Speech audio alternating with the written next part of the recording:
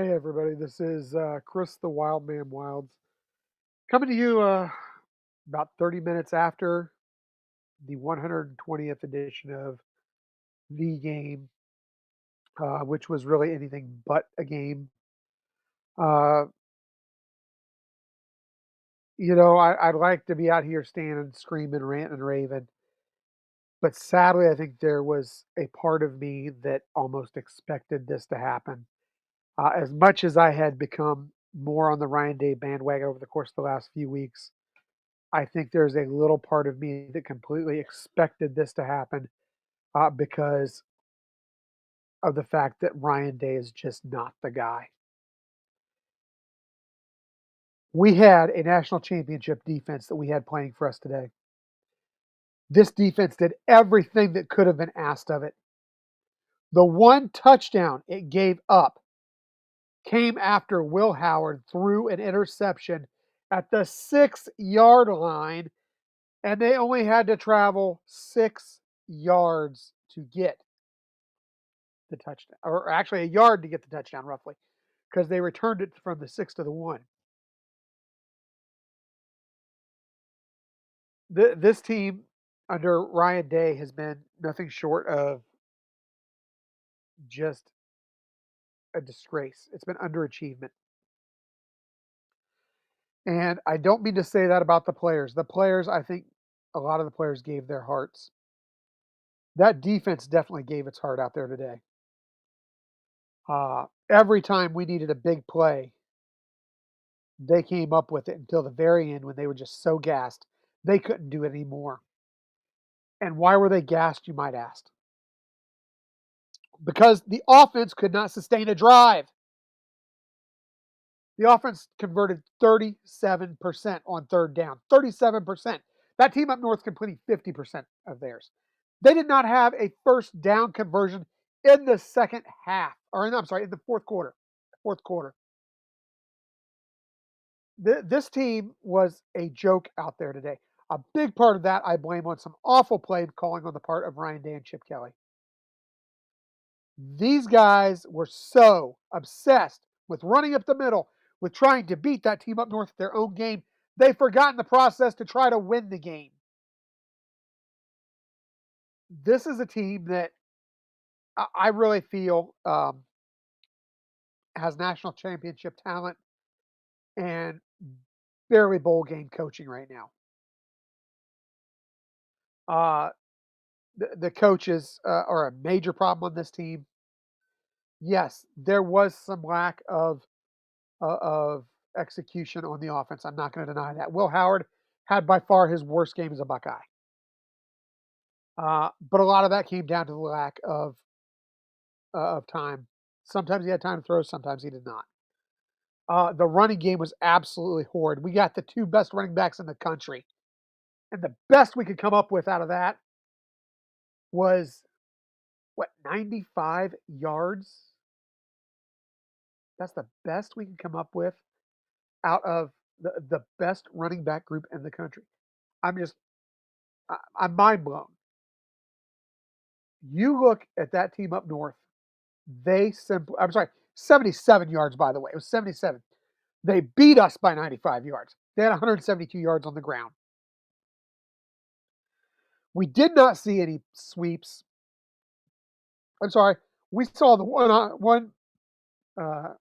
the one option play with Will Howard and Quinchon, which went for 15 yards, but we never saw that again.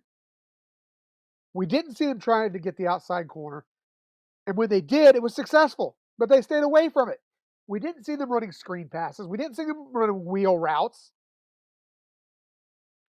Nothing this offensive coaching staff called was effective, nor did it make sense. Will Howard went out 175 yards, touchdown, two interceptions. 77 yards from the best running back tandem in all of college football. The offensive line, yes, they struggled. They struggled against a very, very good defensive line. I'm not going to deny that. We've said all along this was a great front four for the University of Michigan. But for for the offensive line to succeed, we really needed Chip Kelly to try to scheme up something to help exhaust those 4 big guys because they have no depth on that team. But we didn't try to exploit that. No, we kept running constantly right at their strength. At this point, I have no words for what I witnessed. I witnessed something that was not even a football. It was a mockery to the game. And Ryan Day clearly is not the coach for this team. Chip Kelly clearly is not the coach for this team. Justin Fry clearly is not a coach for this team. At this point, Ross Bjork needs to have a conversation sooner rather than later. And as far as I'm concerned, Ryan Day should not even be on the sidelines for the playoffs. This is a team, undeservedly so, that's going to make the playoffs. But what kind of playoff run are they going to have?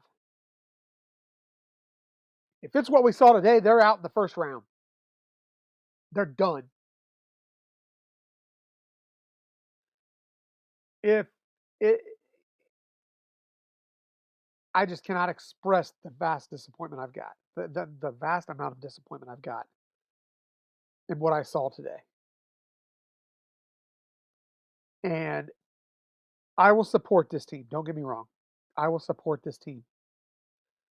Wherever they end up in the playoff, I will support this team. If they end up losing in the first round, I will still support this team. I'm going to support this team no matter what. What I will not support is the decision to keep losers like Chip Kelly, Ryan Day, and Justin Fry in charge of it. Ross Bjork, the ball is in your court to do something about this abomination right now. Fix this. That that's really all I can say at this point. I have nothing more that I can even expound on.